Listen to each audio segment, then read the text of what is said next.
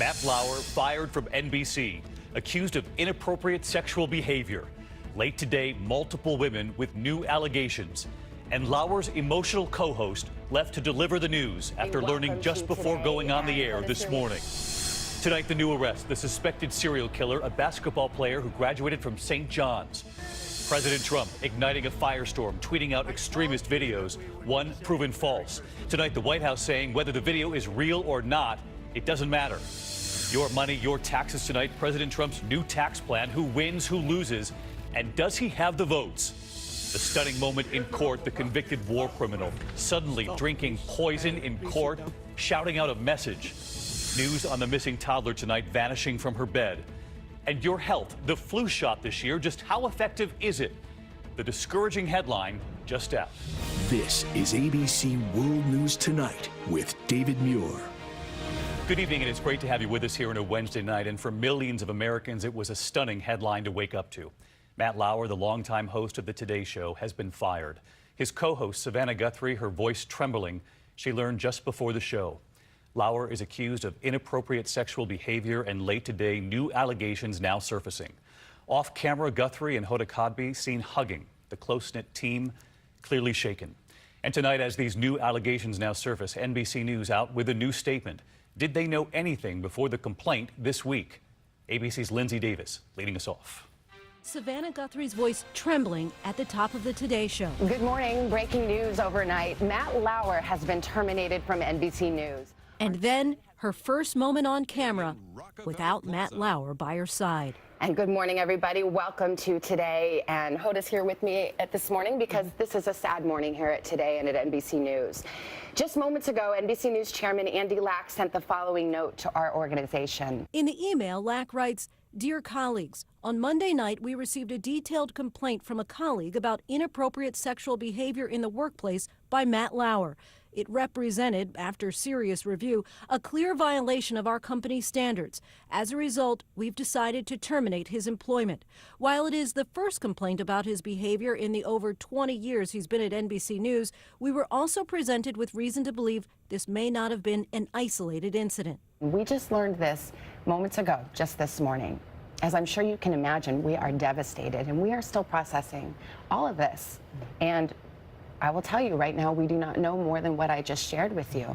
I'm sure we will be learning more details in the hours and days to come, and we promise we will share that with you. And Hoda, I mean, you know, for the moment, all we can say is that we are heartbroken. I'm heartbroken for Matt. He is my dear, dear friend and my partner, and he is beloved by many, many people here. And I'm heartbroken for the brave colleague who came forward to tell her story, and any other women who have their own stories to tell. And we are grappling with a dilemma that so many people have faced these past few weeks. How do you reconcile your love for someone with the revelation that they have behaved badly? Savannah Guthrie and her colleague Hoda Kotb photographed when the cameras weren't rolling. We were both woken up with the news kind of pre-dawn, and we're trying to process it and trying to make sense of it. Late today, Variety came out with a report following a 2-month investigation into Lauer's behavior, including interviews with 3 women who identified themselves as victims of sexual harassment by Lauer. According to Variety, Lauer allegedly once gave a colleague a sex toy as a present and included an explicit note. Another female employee reportedly claims he summoned her to his office and then dropped his pants. According to several accounts in the report, Lauer was allegedly known for making lewd comments verbally and over text messages. And they say he had a button under his desk that allowed him to lock his door from the inside without getting up. Several women told Variety their complaints to management about Lauer fell on deaf ears. As for the accuser who went to NBC News Monday with her attorney. And good morning. Welcome to Today and to Sochi, Russia. NBC News says the alleged inappropriate sexual behavior started at the 2014 Olympics in Sochi and continued for months after the games. The accuser's attorney saying in a statement, "My client and I met with representatives from NBC's Human Resources and Legal Department at 6 p.m. on Monday for an interview that lasted several hours.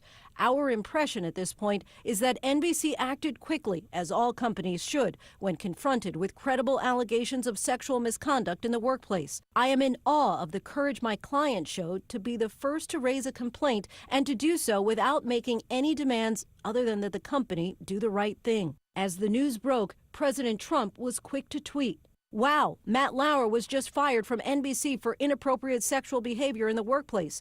But when will the top executives at NBC and Comcast be fired for putting out so much fake news?" It was the president himself who, as a candidate, received accusations from more than a dozen women and said in a 2005 Access Hollywood video, You know, I'm automatically attracted to beautiful. I just start kissing them. It's like a magnet. You just kiss.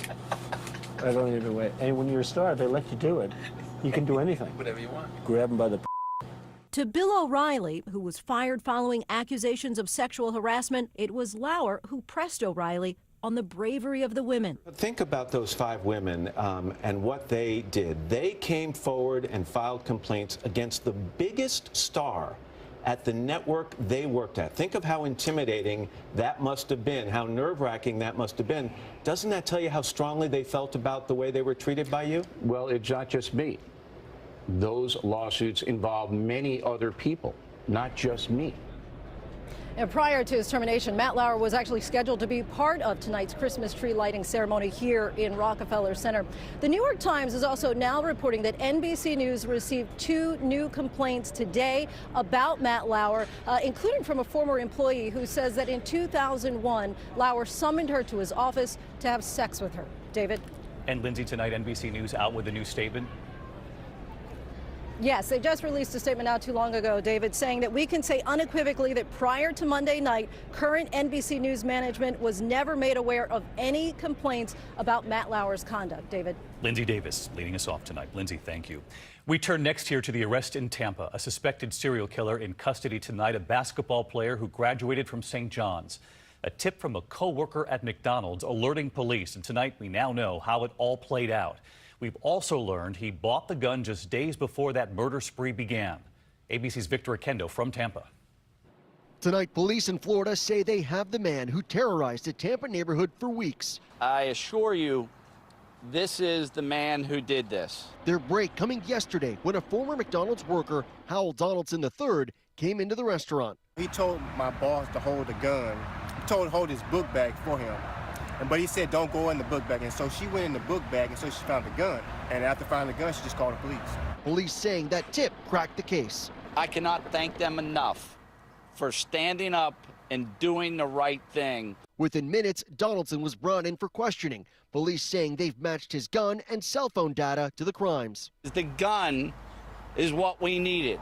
But tonight, police don't know why Donaldson, who graduated in January from New York's St. John's University, where he was a walk-on basketball player, would allegedly kill 4 people at random over 6 weeks, all walking alone in the dark of night within blocks of each other. Investigators say Donaldson is the same man spotted on multiple cameras near the scene where the first victim, Benjamin Mitchell, was gunned down. His gun bought legally days before. This community has lived for weeks in fear of a serial killer. Thank God we got this guy. We got this guy. Donaldson now facing 4 counts of first-degree murder. If he is found to be guilty, he should die. It's that simple. And Victor Akendo with us live tonight. Victor, what has the suspect told police, if anything? Well, David, the chief of police says that Donaldson has been cooperative. He's acknowledged that the gun is his, but he's not admitted to the murders. Right now, a motive is still a mystery. He's set to appear in court first thing tomorrow morning. David? Victor Akendo, our thanks to you again tonight. Next this evening to President Trump, igniting a firestorm even as he tries to gain support for his tax plan. A vote is coming very soon, traveling to St. Louis today. But overshadowing his push, a series of tweets today, inflammatory videos, one proven false, and the White House saying whether the videos are real or not, it doesn't matter. ABC's chief White House correspondent Jonathan Karl. The president today avoided questions about the extremist videos he retweeted, videos that have provoked an international backlash. Mr. President, why have you been retweeting anti-Muslim videos? The 3 videos were originally posted by a tiny anti-Islam ultra-nationalist party called Britain First, a group known for hate-filled incitement.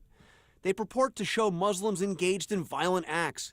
In a blunt statement, the office of British Prime Minister Theresa May, perhaps America's closest ally, condemned the president for his tweets, saying the group Britain First seeks to divide communities through their use of hateful narratives which peddle lies and stoke tensions. It is wrong for the president to have done this. But White House Press Secretary Sarah Sanders defended the tweets. It's important to talk about national security and national security threats. The White House insists this is about strong borders.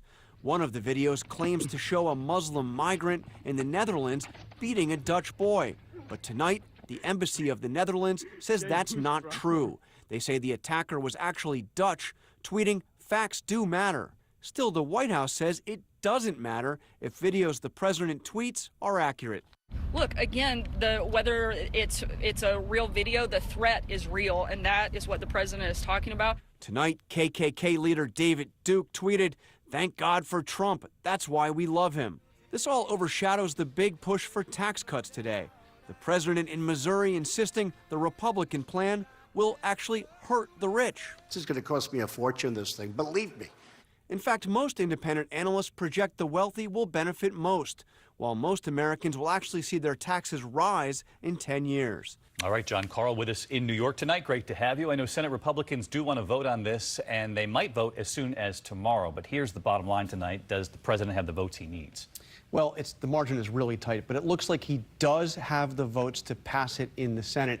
David, it's not over there, though, because the House passed a significantly different tax cut. Those differences have to be worked out. But if it does pass in the Senate, he will be closer than ever to his first big legislative win. John Karl, great to see you in person.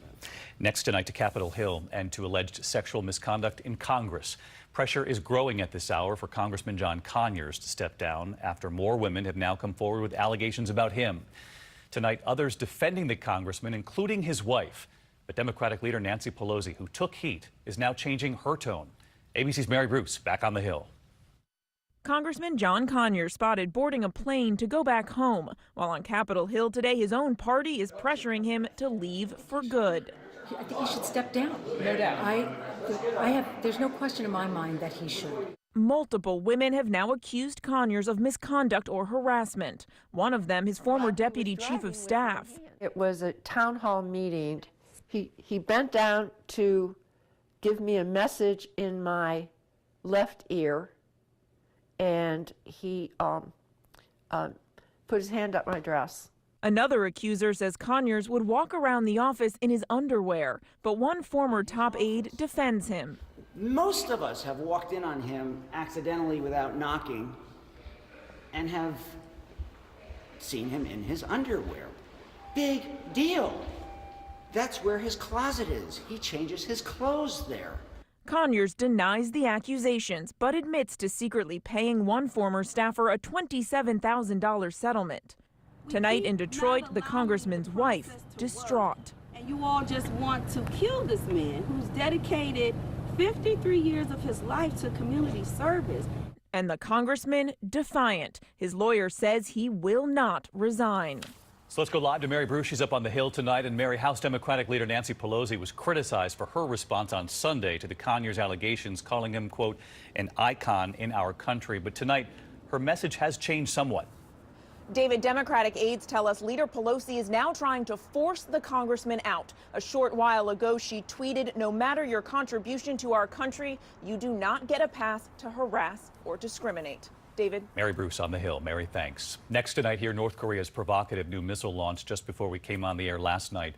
A new type of rocket, nuclear ready and able to reach anywhere in the mainland United States. New still images just released tonight show the nighttime launch and leader Kim Jong-un and military officials there cheering. It is the latest in a series of intercontinental ballistic missile tests, the launch just days after President Trump put North Korea back on the state sponsor of terrorism list. The president tonight saying he is planning new sanctions and that, quote, we will take care of it. We have new images tonight of a 17-year-old from Florida who police say ran off with her soccer coach. This image tonight, reportedly, of the two of them in South Carolina. There are other reports they were seen in North Carolina, too. And ABC's Steve Osunsami is there tonight. Authorities searching for this Florida teenager who ran off with a high school soccer coach are releasing tonight these surveillance images of the two on the run, seen here Sunday standing in line at a gas station in South Carolina, and later that day inside a pawn shop in North Carolina. The parents of 17-year-old Caitlin Frasina are begging her to come back home. We miss you, Pumpkin, and we love you. And we